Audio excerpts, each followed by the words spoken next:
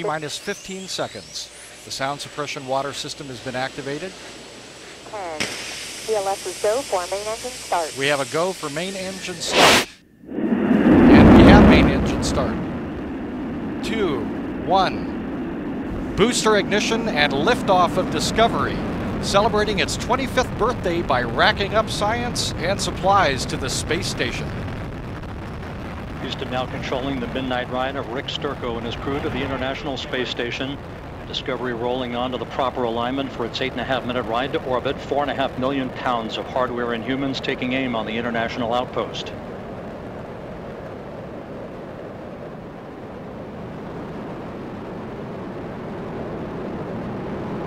"32 seconds into the flight. The 3 liquid fuel main engines soon will throttle back to 72% of rated performance, down in the bucket, reducing the stress on the shuttle as it goes transonic. Discovery 3.5 miles in altitude, 4 miles downrange from the Kennedy Space Center.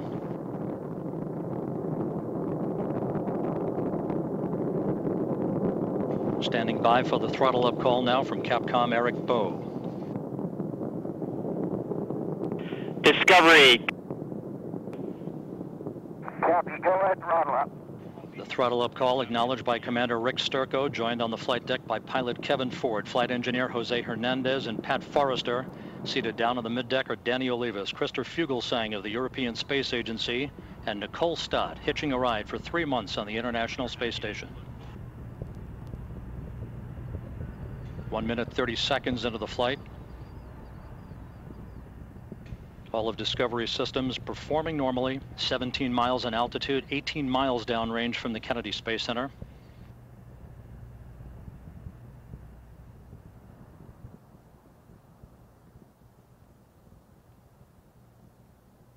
One minute 50 seconds into the flight. Standing by for solid rocket booster separation.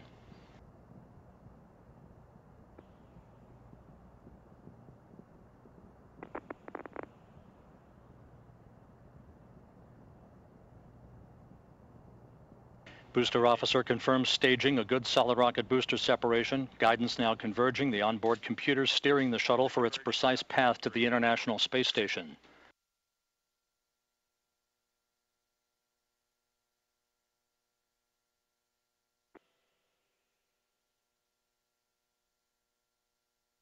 Discovery 37 miles in altitude, 54 miles downrange from the Kennedy Space Center. 3 good main engines. 3 good auxiliary power units, 3 good fuel cells. Discovery, 2 engine maroon. Copy, 2 engine maroon.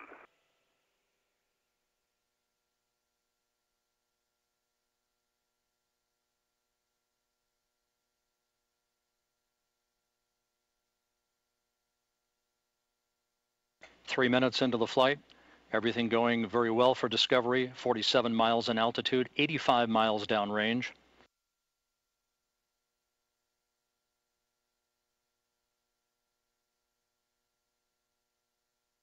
The orbital maneuvering system engines ignited, Discovery kicking on the afterburners for 1 minute 52 seconds, assisting the shuttle and its crew on their climb to orbit. Discovery flying on the singular power of its 3 liquid fuel main engines, draining a half a ton of fuel per second from the shuttle's large fuel tank.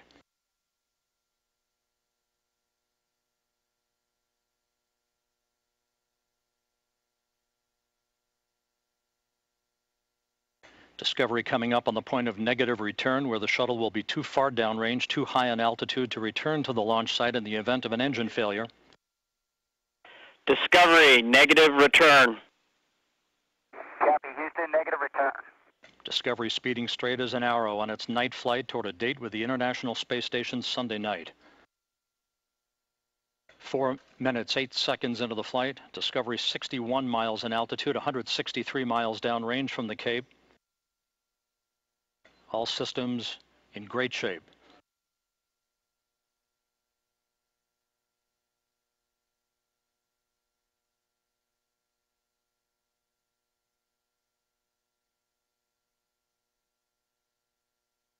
More than halfway toward its preliminary orbit, Discovery's engines, fuel cells, and auxiliary power units performing as advertised. Discovery now 212 miles downrange from the Kennedy Space Center. The Environmental Systems Officer reports the activation of a good flash evaporator system providing cooling for Discovery's avionics until the payload bay doors are open an hour and a half into the flight. 5 minutes into the ascent toward orbit. This view from a camera on the external fuel tank.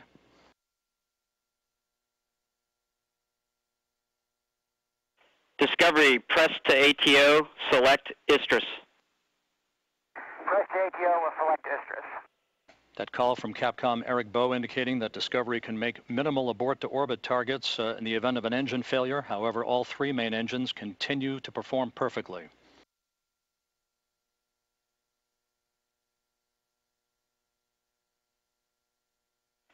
Discovery, single engine, ops 3. Copy, single engine, ops 3.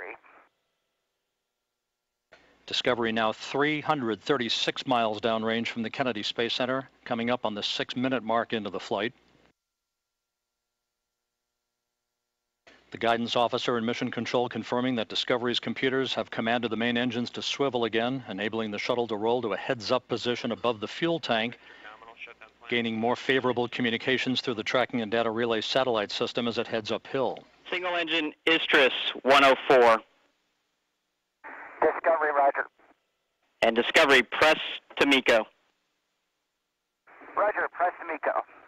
That call from Capcom Eric Bowe indicating that Discovery can make normal main engine cutoff targets in the event of an engine failure. However, 6.5 minutes into the flight, all 3 main engines performing normally. Discovery now 466 miles downrange from the Kennedy Space Center. Less than 2 minutes of powered flight remaining.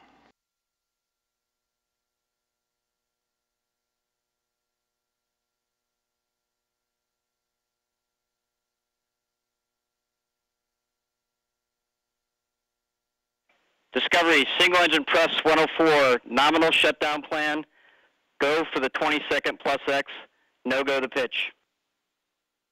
Discovery, copy all, 20-second plus X, no go to pitch.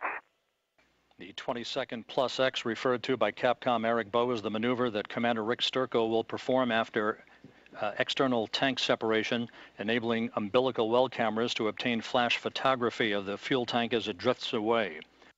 7.5 minutes into the flight, the main engines being throttled down to limit the stress on the shuttle and its 7 crew members to that of 3 times the effect of gravity. Discovery currently traveling at a speed of more than 4 miles per second.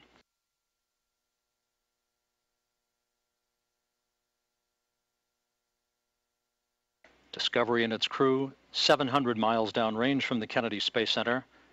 40 seconds of powered flight remaining.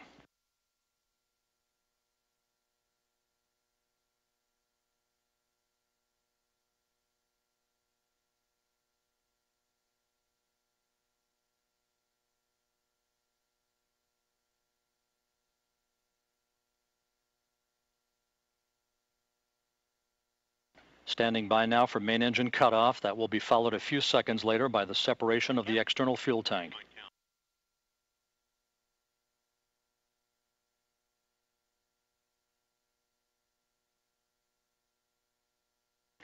Booster officer confirms a good main engine cutoff. Now standing by for external tank separation.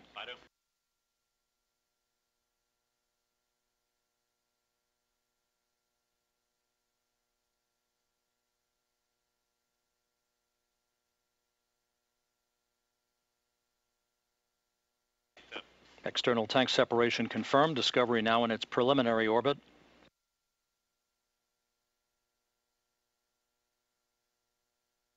You can see the flash photography as Discovery fades away from the camera view.